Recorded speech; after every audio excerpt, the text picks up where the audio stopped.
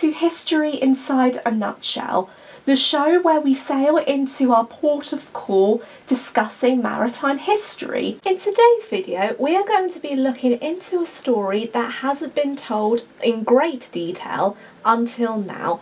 But this video wouldn't have been possible without all of my lovely friends in the Historic Travels Discord group. This includes Hannah, who I want to thank for narrating this week's video. Honestly, this video has been challenging, but without the help and support of the lovely people in the Discord group, run of course by Sam from Historic Travels, I wouldn't have made this video without their support and encouragement.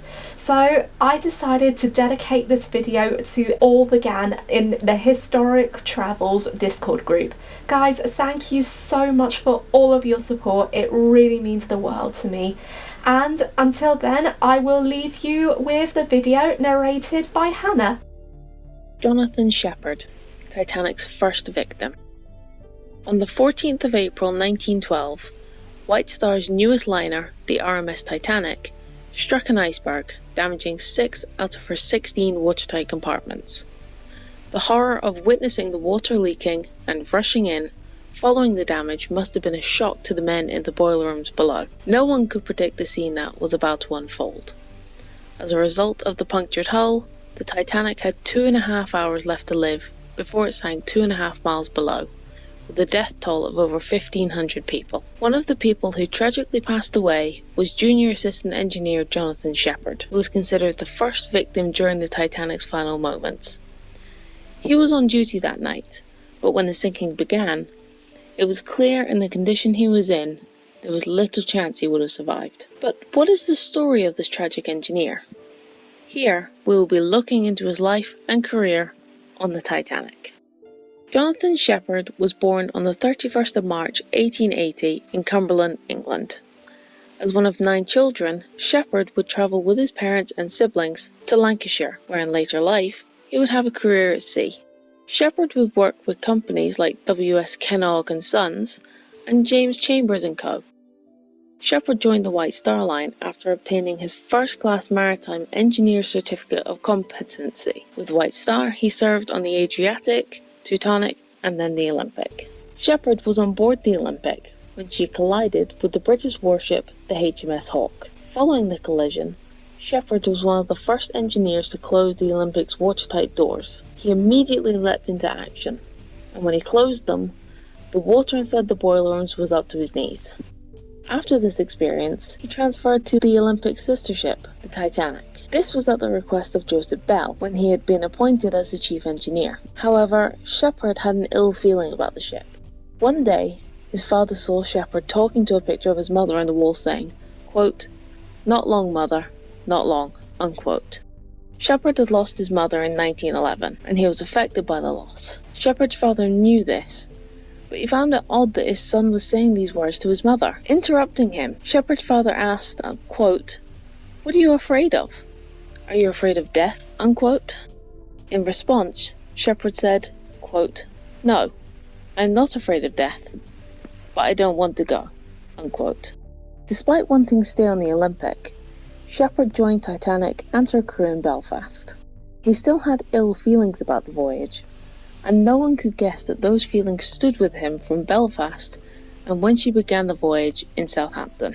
When he was sailing on the ship, Shepherd would have been one out of 24 engineers under the control of Bell. Alongside them, and working down in the boiler rooms, Bell and Shepherd would have also worked with 6 electrical engineers, 2 boilermakers, a plumber, a clerk, firemen, and coal trimmers. As junior assistant officer, Shepherd would have been responsible for assisting Bell to ensure the safe and efficient operation of the Titanic's machinery. This was an important role, and knowing how much experience he had, Bell would have trusted Shepherd, since Shepherd took his role seriously. On the night of April 14, 1912, Shepherd was on duty and inside boiler room number 5. While he was there, a red light appeared, and there was a sound of the bells echoing below. This was an order to stop the engines. Shepherd heard a fireman crying, quote, "Shut the dampers," unquote. When they were shut, the Titanic collided with the iceberg, and water began to flood on the ship's starboard side. The Titanic's engine stopped 1 minute after impact. When the watertight doors were closed, it's noted that in the first 3 holds and boiler rooms, number 5 and 6, water from the Atlantic Ocean came in from the bottom of the Titanic. However, secondary flooding also occurred when, as the bow was beginning to sink, water poured down over the tops of the bulkheads. From the weight of the water, it was beginning to look like the Titanic's bow would soon be underwater. In the same room, Shepherd and leading fireman Frederick Barrett went up the escape ladder before the men climbed down another ladder into boiler room number 6. Since the watertight doors were closed, the men had no option except taking the laborious route. Upon their descent down into number 6, they discovered the room was full of 8 feet of water. They couldn't do anything and made a return to number 5.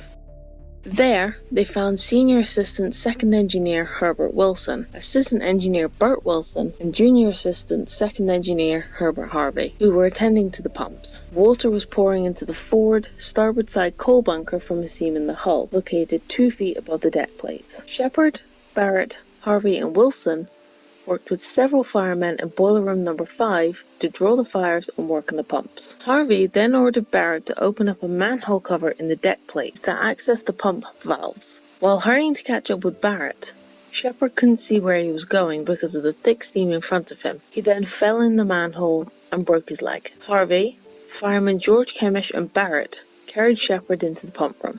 15 minutes later, the men saw a violent rush of water from the end of the room between the boilers. The men tried to escape, but the watertight bulkhead between boiler room number 5 had failed. Shepherd died in boiler room number 5 when the coal bunker gave way. He likely died as a result of drowning. Harvey tried to rescue Shepherd, but he met the same fate. Barrett, who was climbing the ladder to escape boiler room number 5, saw Shepherd being swept away by the water. Barrett managed to go up on the A-deck promenade and climb into lifeboat number 13. Shepherd's body was never recovered.